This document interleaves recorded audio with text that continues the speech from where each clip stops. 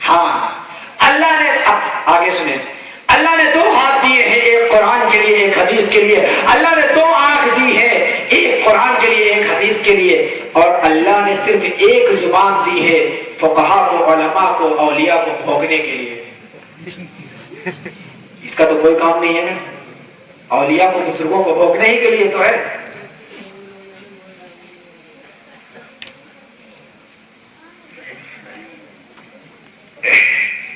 میں نے بات یہاں سے اٹھائی تھی کہ ایک ہاتھ کا مسئلہ تو بات کا ہے۔ پہلے تو آپ صحابہ کی عظمت پر بات کرو۔ اگر آپ صحابہ کی عظمت کا ہی اقرار نہیں کرتے ہیں تو اگر کوئی صحابی ایک ہاتھ کا مسئلہ بیان کرے گا تو وہ بھی معتبر آپ کے نزدیک نہیں ہوگا، 2 ہاتھ کا مسئلہ بیان کرے گا وہ بھی آپ کے نزدیک معتبر نہیں ہوگا۔ جب صحابہ کی عظمت کے قائل ہو گئے تو صحابہ کی دی ہوئی احادیث بھی آپ کے نزدیک معتبر ہوگی۔ میں نے بخاری کے حوالے سے بات کر لی، اور میں نے جو سوال اٹھایا ہے وہ پھر آپ اپنے ذہن میں بٹھائیے۔ میں نے سوال کیا اٹھایا ہے؟ کوئی بھی رفع یدین پر بات کرے، کوئی بھی آمین کے اوپر بات کرے، کوئی ناف کے اوپر بات کرے، ہاتھ ناف کے نیچے باندھنا ہے یا سینے کے اوپر باندھنا ہے، کہہ دیجئے یہ سارے مسائل تو بعد کے ہیں، نماز شروع کریں گے تو مسئلہ اللہ اکبر کا پہلے ہے، آؤ پہلے اللہ اکبر پر بات کرو، بعد میں سارے مسائل پر بات ہوگی۔ جب تک نماز شروع نہیں ہوگی تب تک مسئلہ کہاں سے ہوگا؟ اور آمین پر ہم بات پہلے بھی کر چکے ہیں، آمین پر بات پہلے بھی ہو چکی ہے، رفع الیدین پر بھی بات ہو چکی ہے، اور فاتحہ خلف الامام پر بھی بات ہو چکی ہے۔ ابھی کسی نے غالباً پوچھا تھا مجھ سے مہمان خانے قیام گاہ میں کہ ناف کے نیچے جو ہاتھ باندھتے ہیں، کسی صاحب نے پوچھا تھا اس کی دلیل کیا ہے ناف کے نیچے ہاتھ باندھنے کی؟ اب دیکھو، ہاں یاد آیا، ذاکر نائک سے سوال کیا جا رہا ہے۔ ذاکر نائک کیا کہہ رہا ہے کہ دیکھو پہلے زمانے میں حدیثیں سب ایک جگہ جمع نہیں تھی، کچھ حدیثیں کسی کے پاس تھی، کچھ حدیثیں کسی کے پاس تھی، اماموں کو جو حدیث پہنچی انہوں نے اپنے اعتبار سے مسئلہ بتا دیا۔ امام اعظم ابو حنیفہ کو ناف کے نیچے والی حدیث پہنچی، وہ حدیث صحیح نہیں تھی۔ امام شافعی کو اوپر والی حدیث پہنچی، وہ حدیث صحیح تھی، اس لیے امام شافعی نے وہ مسئلہ بتا دیا۔ آج کے زمانے میں دنیا کی حدیث کی ساری کتابیں ایک سیڑھی میں جمع ہے، ہم کلک کر کے حدیث نکال لیتے ہیں، ہم تو دیکھ لیتے ہیں، ساری حدیثیں ہمارے سامنے موجود ہوتے ہیں، ہم صحیح بھی سمجھ لیتے ہیں، ضعیف بھی سمجھ لیتے ہیں۔ لہذا شافعی والی صحیح ہے، ابو حنیفہ والی صحیح نہیں ہے۔ اس نے ابو داؤد شریف کا حوالہ دیا، ابو داؤد شریف میں لکھا ہوا ہے ناف کے نیچے جو ہاتھ باندھتے ہیں وہ حدیث ضعیف ہے، اور صحیح ابن خزیمہ میں جو سینے اوپر حدیث لکھی ہوئی ہے کہ سینے کے اوپر ہاتھ باندھیں گے وہ حدیث صحیح ہے۔ حوالہ کس نے دیا؟ ارے بتائیے، حدیث کا حوالہ کس نے دیا؟ ذاکر نائک نے۔ حوالہ نوٹ کرو، اس نے صحیح ابن خزیمہ کا حوالہ دیا ہے، اور جب چیز بیان کرنے کے لیے آئے گا وہ بار بار جب کہے گا حدیث صحیح ہے وہ کہے گا البانی نے کہا صحیح ہے، علامہ البانی نے کہا صحیح ہے، علامہ البانی نے صحیح کہا، علامہ البانی نے جس حدیث کا حوالہ ذاکر نائک نے دیا ہے اسی حدیث کے حوالے میں اسی کتاب کے حاشیہ میں نیچے وہی علامہ البانی فرماتے ہیں یہ سینے پر حدیث والی جو حدیث ہاتھ باندھنے والی جو حدیث ہے علامہ البانی اسی صحیح ابن خزیمہ میں فرماتے ہیں یہ حدیث ضعیف ہے، یہ حدیث۔ اب بتاؤ، گیا ذاکر نائک، میں نے تو تمہاری منہ مانگے موت دی نا، جس عالم کا تم بار بار حوالہ پیش کرتے ہو میں نے اسی کا حوالہ دے دیا، حالانکہ ہمیں تو مطالبہ اللہ کے نبی کی حدیث کا کرنا چاہیے۔ اب تم پیش کرو سینے کے اوپر ہاتھ باندھنے والی حدیث، تم پیش کرو۔ آگے سنو، دنیا میں ایک بھی سنی نہیں ملے گا، پوری دنیا میں ایک بھی سنی نہیں ملے گا جو سینے پر ہاتھ باندھنے والا ہو۔ اگر دنیا میں کوئی سینے پر ہاتھ باندھنے والا مردوں میں سنی ملے گا، وضاحت کر دیں، مردوں میں اگر کوئی سینے پر ہاتھ باندھنے والا ملے گا تو یا تو وہ شیعہ ملے گا یا وہ قادیانی ملے گا۔ امام اعظم ابو حنیفہ کو ماننے والے ناف کے نیچے ہاتھ باندھتے ہیں، امام شافعی اور احمد ابن حنبل کو اپنا امام ماننے والے ناف کے اوپر باندھتے ہیں لیکن سینے پر نہیں باندھتے ہیں. میں نے وضاحت کر دی اور یہ بھی کہہ دیا یہ مردوں کا مسئلہ ہے، عورتوں کا مسئلہ. ایک صاحب نے سوال کیا تم عورتوں کو سینے پر باندھتے ہو، مردوں کو ناف کے نیچے باندھتے